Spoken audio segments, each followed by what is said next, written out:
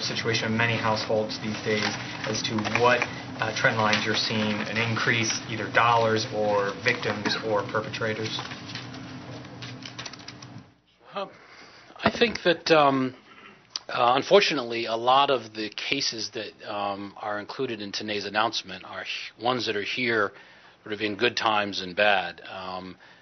Ponzi schemes, offering frauds, infinity schemes are ones that that perpetrators engage in across sort of any economic cycle.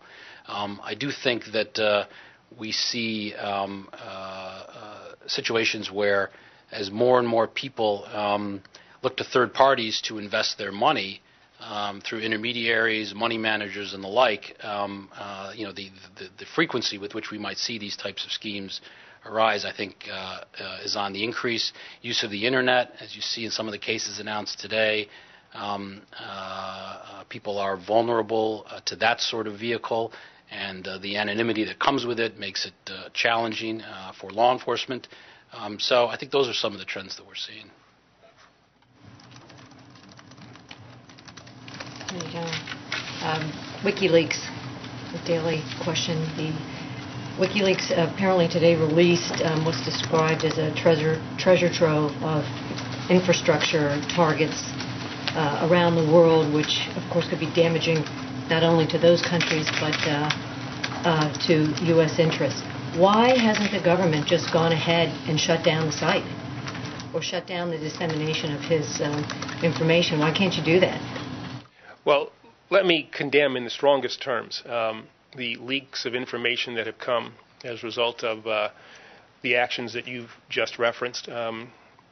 National security of the United States has been put at risk. The lives of people who work for the American people has been put at risk. The American people themselves have been put at risk by these actions that are, I believe, arrogant, misguided, and ultimately not helpful in any way. We are doing everything that we can. We have a very serious, active, ongoing investigation that is criminal in nature. I authorized just last week a number of things to be done so that we can hopefully get to the bottom of this and hold people accountable as they should be. What are things that can be done, and has the government explored the ability to be able to seize the sites? Last week you were before us saying, look at all the websites we seized and shut down, that you can't do that in this case at all. What are the parameters that are limiting that, and what are some of the actions that you did authorize to go forward? It's an ongoing investigation. I don't want to get into exactly what I authorized, but I can say that I personally authorized a number of things last week, and I think that's an indication of the seriousness with which we take this matter and the highest level involvement in the United States Department of Justice with regard to all the tactics that we can do or can use to ameliorate the consequences of these actions. I don't want to get into those as well, but we will do everything that we can, both to hold people accountable and to minimize the harm that will befall the American people.